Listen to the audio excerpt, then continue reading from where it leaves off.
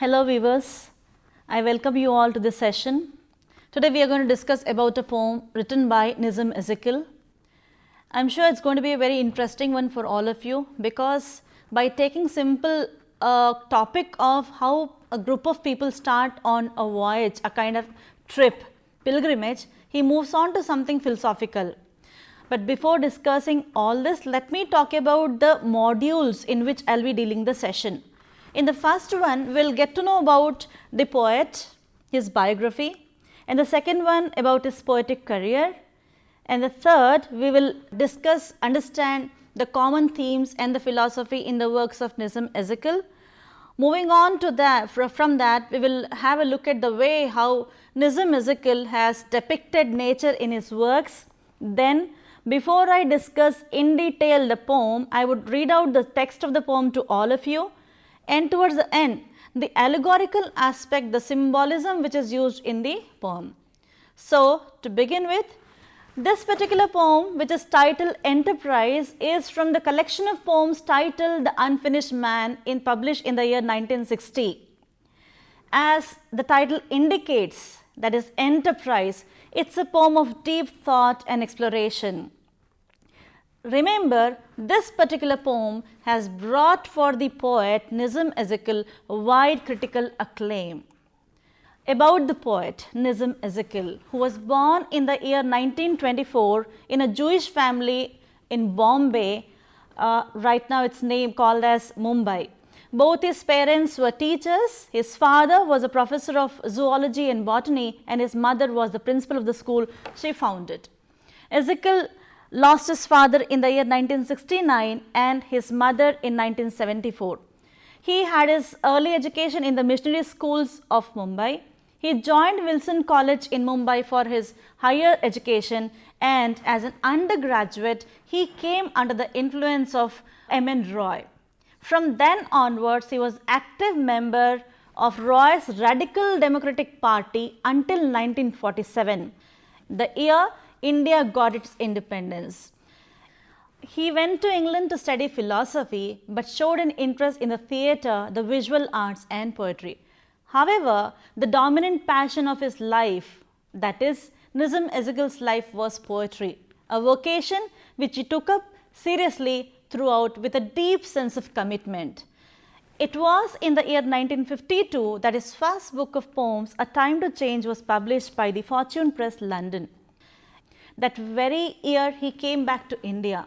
He worked and retired as a professor of English in Mumbai University. He went to America the second time in March 1967. There he delivered 5 lectures on Indian writing in English at the University of Chicago. Besides that, he lectured at several universities and colleges on different topics and gave readings from his own poetry as well. His book 3 Plays was published by the Writers' Workshop, Calcutta in the year 1969. Let me remind you, 1969, there is something which is associated here, the death of his father.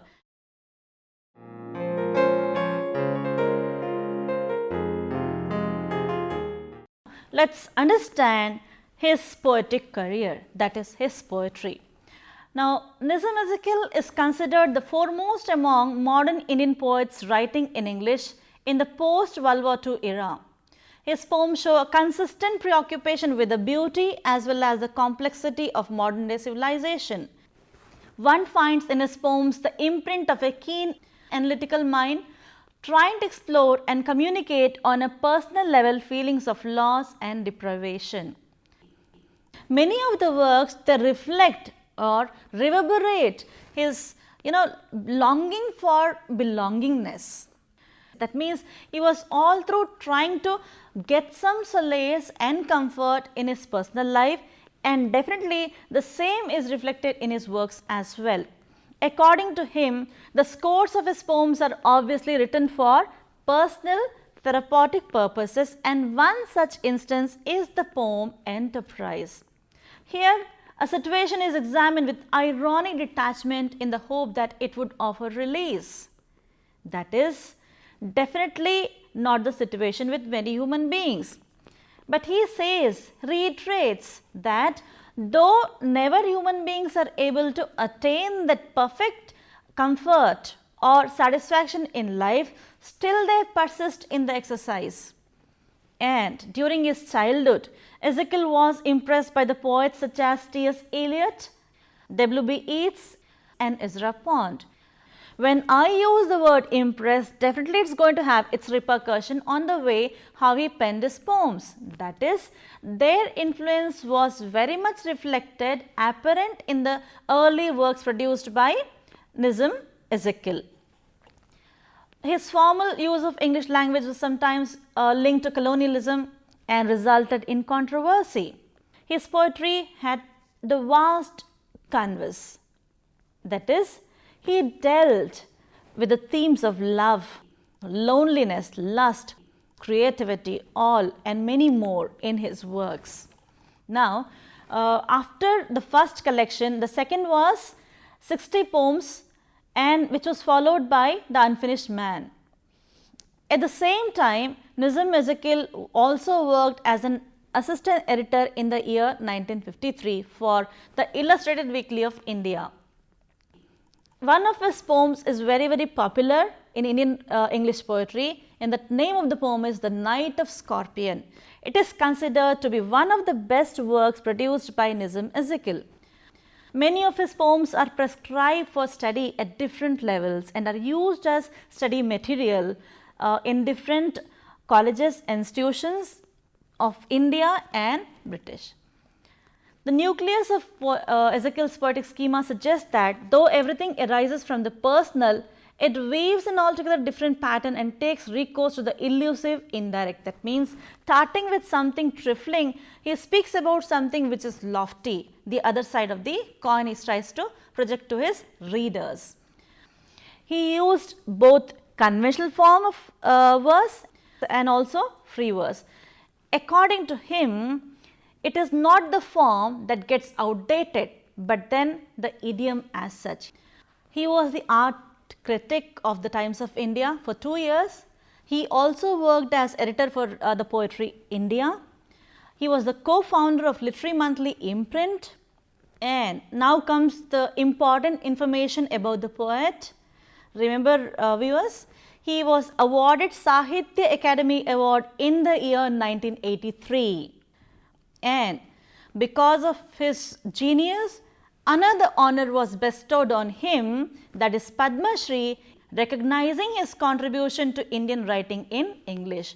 Major works of Nissim Ezekiel are Time to Change, 60 Poems, The Unfinished Man, Exact Name, The Three Plays, Hymns in Darkness, The Night of Scorpion, The Professor, Case Study, Poster Prayers, and others.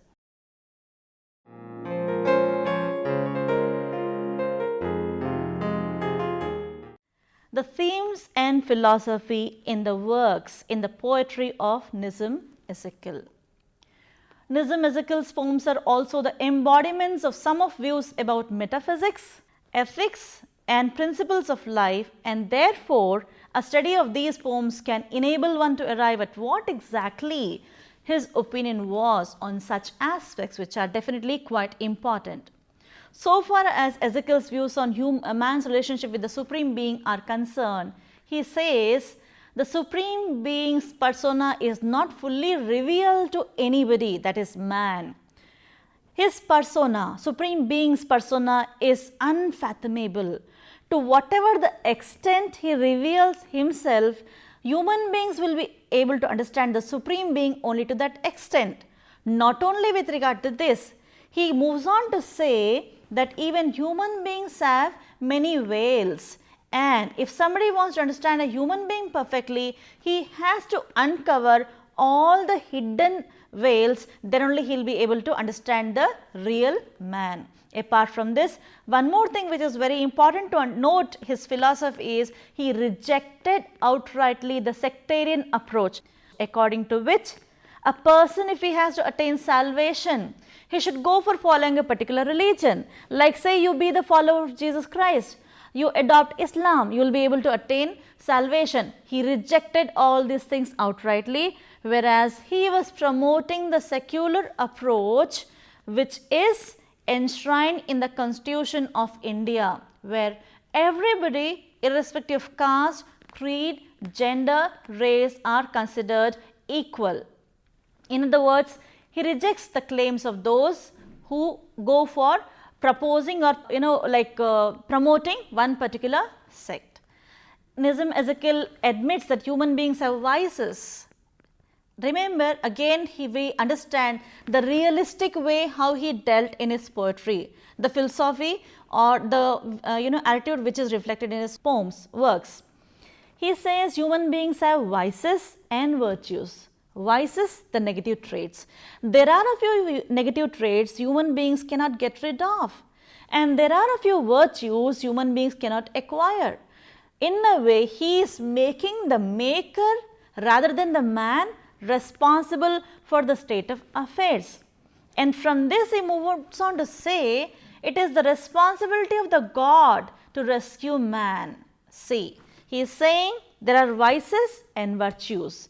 And he also says it's not easy for a human being, or rather not in his limits, to acquire, discard whatever the way he wants, and then makes the maker responsible and tells at the same time, it's your duty to take care of your man. That is, God is supreme. Again, he is trying to convey the same philosophy.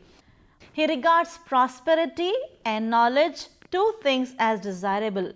Though in Christianity, Jesus Christ, he said, you will not be allowed to enter the gate of heaven if you desire prosperity. But then Nism Ezekiel was always desiring, not always in a negative way, but he said, I would welcome prosperity and knowledge both equally. He also posits faith in the natural process. Here again he goes to substantiating by saying, look, a man goes to sleep in the night. The next day morning when he wakes up, he is fresh. Did he do anything? No. But then he says, without doing anything, he is able to regain the freshness. It's only because the nature, that is God, is great. And apart from these themes, he also deals sometimes with the theme of mysticism in his works.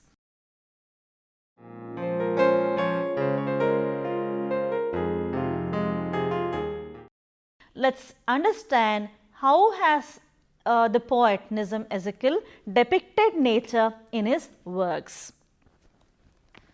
When one thinks of nature, definitely the first name which comes to one's mind is William Wordsworth, who was the priest of nature, high priest of nature, for whom nature was everything. He considered nature as Mother Nature. And according to him, everything is possible only because of nature. The earth, the air, the sun, because of all these only human beings are able to lead life. They are alive. But in this regard, Nissim Ezekiel is not taking a very strong stance. That is, he wavers. He shifts from one to the other. Sometimes he depicts nature in harmony with human beings, or sometimes he says it has got no impact at all on the human beings, and sometimes he makes it vice versa, where he says the nature inflicts pain on man and the man in turn inflicts pain on nature. That means he is not taking any particular stand, but then there is a mixed response about the impact of nature in the works of Nissim Ezekiel. Here he goes on to give one example also, where he says in one of his poems, which is In the Country Cottage, he says, a lizard comes to eat up cockroaches and does the job clean and complete by the morning. So what is he trying to say? Yes, the creation of God, they themselves are in conflict with each other. The objects of nature are at war with one another, and one creature is treated as food by another. Let's read the text, understand the text before we go for discussing in depth the poem Enterprise. Enterprise. It started as a pilgrimage, exalting minds and making all the burdens light. The second stage explored but did not test the call. The sun beat down to match our rage. We stood it very well, I thought, observed and put down copious notes on things the peasants sold and bought, the way of serpents and of goats, 3 cities where a sage had taught. But when the differences arose on how to cross a desert patch, we lost a friend whose stylish prose was quite the best of all our batch. A shadow falls on us and grows. Another phase was reached when we were twice attacked and lost our way. A section claimed its liberty to leave the group. I tried to pray. Our leader said he smelled the sea. We noticed nothing as we went, a straggling crowd of little hope, ignoring what the thunder meant, deprived of common needs like soap. Some were broken, some merely bent. When finally we reached the place, we hardly knew why we were there. The trip had darkened every face. Our deeds were neither great nor rare. Home is where we have to gather grace.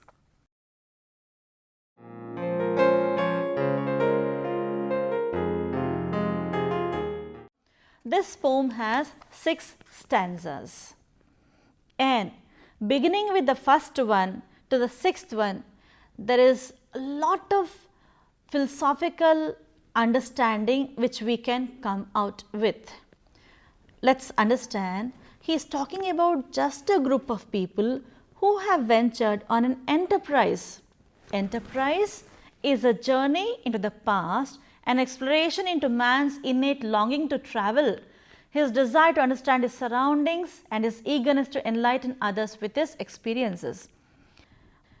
It's a kind of allegory where you will have the literal meaning of the poem, at the same time something hidden, philosophical or rather symbolic meaning which comes on throughout the poem. The poet describes a spiritual pilgrimage where each pilgrim faces difficulties and disillusionment along the way. Thus, in this poem, a group of people undertake a journey moved by noble aspirations, but it all ends in failures and frustrations, as it is usually the case with human beings. The goal is alluring, but the process of reaching it empties the victory of its glamour and glory. Look the beauty of expression. He says it's quite attractive, but the time I reach to my goal, I am lost. When I am lost, there is no glory, there is no glamour in the goal where I have reached. Here he depicts the joys and sorrows that accompany any adventurous quest either into outer space or into soul. Symbolic in its significance, the pilgrimage has philosophical implications, the search for real happiness, that is what we are all looking out for, something which is noble. Undoubtedly, this poem of Ezekiel Enterprise is a powerful, multifaceted metaphor for a journey, an expedition or a significant human activity which a man dreams of, plans and concretizes it, but ultimately he ends up in disillusionment. This poem is a testament of ambition versus achievement, dream versus reality, utopian ideas versus mundane matters of life, which are woven together in the form of a metaphor, that is pilgrimage.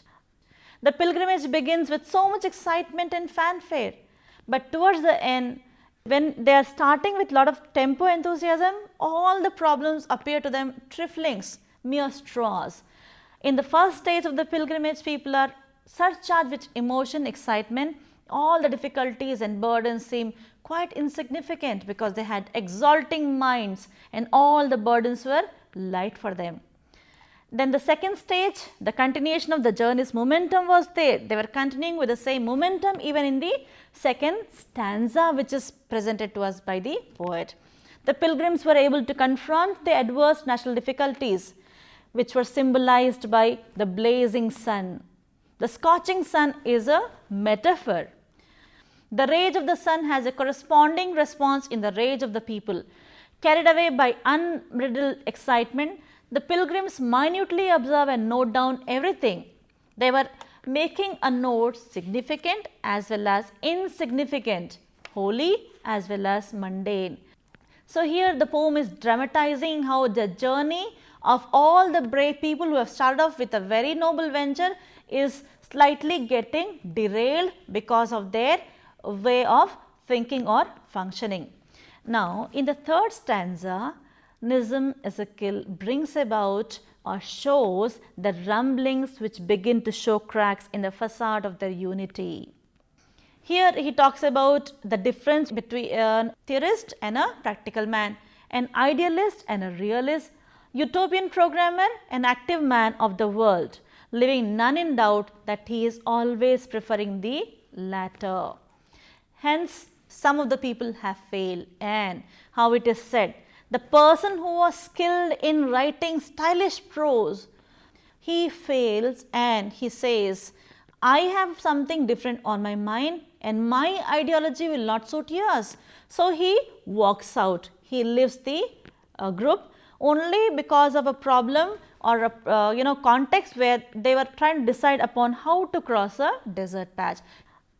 Desert patch is also symbolically referring to a kind of critical situation when we come across in life, a kind of threshold where we are standing.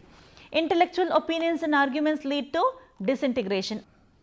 As always happens in such cases, the theorist becomes the first to lift the feared sinking ship of expedition. This desertion dislodges the pivotal stone whose fall threatens the entire structure of the expedition and places the question marks on its successful completion. And in the fourth stanza, Ezekiel writes of other impediments in the way of expedition. Here it is the assault from the other side. In the third one, he was talking about the problems which are there among the group members, but in the fourth one, he talks about how they were attacked by outsiders. Some quit the team. The debilitated leader of the group tries to inject some encouragement by assuring the pilgrims that they will be able to still reach the destination, and it was just close. It is just at hand. Looking at the disorganized lot of pilgrims, the poet had a feeling of utter helplessness in which he prays to God. Now, this is what happens even in reality. Whenever you are going through crisis, you definitely remember the Lord, the God. You seek divinity. Divinity in the sense divine help you look out for when you are in some problem. The grim, colorless picture of the pilgrimage in the fifth stanza is diametrically opposed to the rosy one painted in the first two stanzas. Now, in the first two, even the scorching sun, any problem that they have come across, this was just nothing trivial. But here in the last, third, fourth and the fifth one, you can get to see gradual a kind of derailment. They are distracted from their path, that is seeking the goal, then remaining focused. Now, consequently, they had observed and noted down everything, both significant and insignificant. That means he is trying to tell we are wasting our energy in pursuing things which are not useful to us. The exalted aim, the noble aim has degenerated into mere indulgence in trivial matters. And he says how human beings start ignoring even some sort of premonitions, some indications, some messages which come to them from God or from something as such. And here it is again symbolic reference to the thunder, which is symbolic of illumination. The entire enterprise is reduced to a motiveless, ritualistic exercise. And in the last stanza, the concluding stanza, the pilgrims do reach the destination, but in total disarray.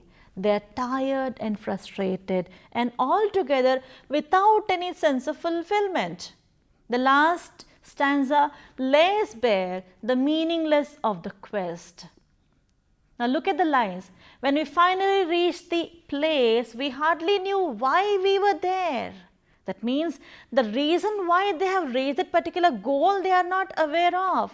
That's the futility, he says, of being on a kind of petty phase as such.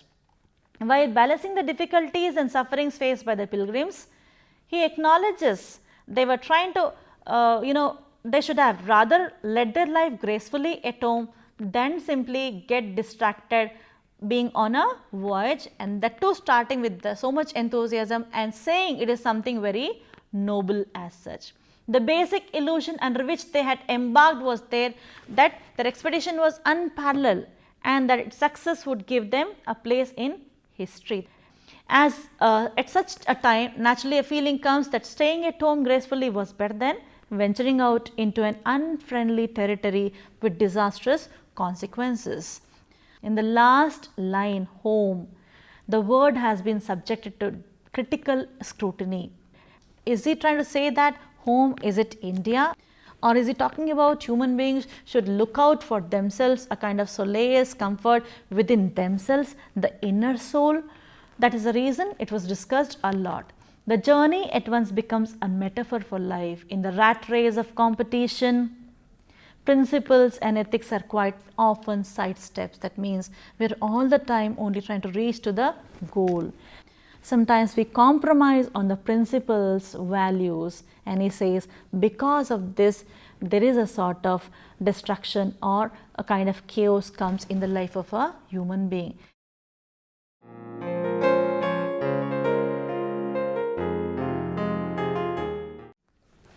Symbols and allegory are used by Ezekiel in the poem Enterprise. For instance, as I told in the beginning also, sun is a powerful symbol in the poem, and in a way all the massive problems that a human being comes across in life, they are what? Symbol of sun.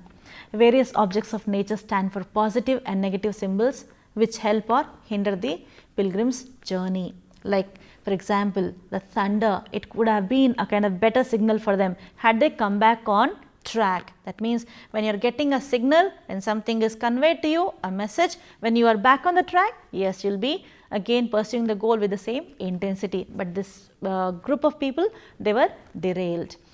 So in this way, by using various symbols and allegorism, the poet has depicted the futility of the unhealthy competition. Now understand, he is not talking about just the futility of life. He says the futility is because we are lost in the rat race. The competition is unhealthy. We have got bickerings, we have got distractions, we have got petty things in which we are indulging. Because of that we are lost. This is the hidden symbolic meaning. Whereas when you look at the literal meaning, the group of people, pilgrims, those who have started, they reached their goal. But after reaching, they are so exhausted, they are tired and all. Let's conclude the poem understanding the philosophical element that is conveyed to us by the poet Nissim Ezekiel. When we are venturing out with noble aspiration, we are required to be very much focused. Minute distractions, mechanical things, mundane things in life, if they distract us, though we reach the goal, at the end of the day we will not have any sort of satisfaction. There won't be any sense of fulfillment as such. Human beings will not be happy. The way how the group of pilgrims has become crowd, the same way we will losing our sheen as human beings.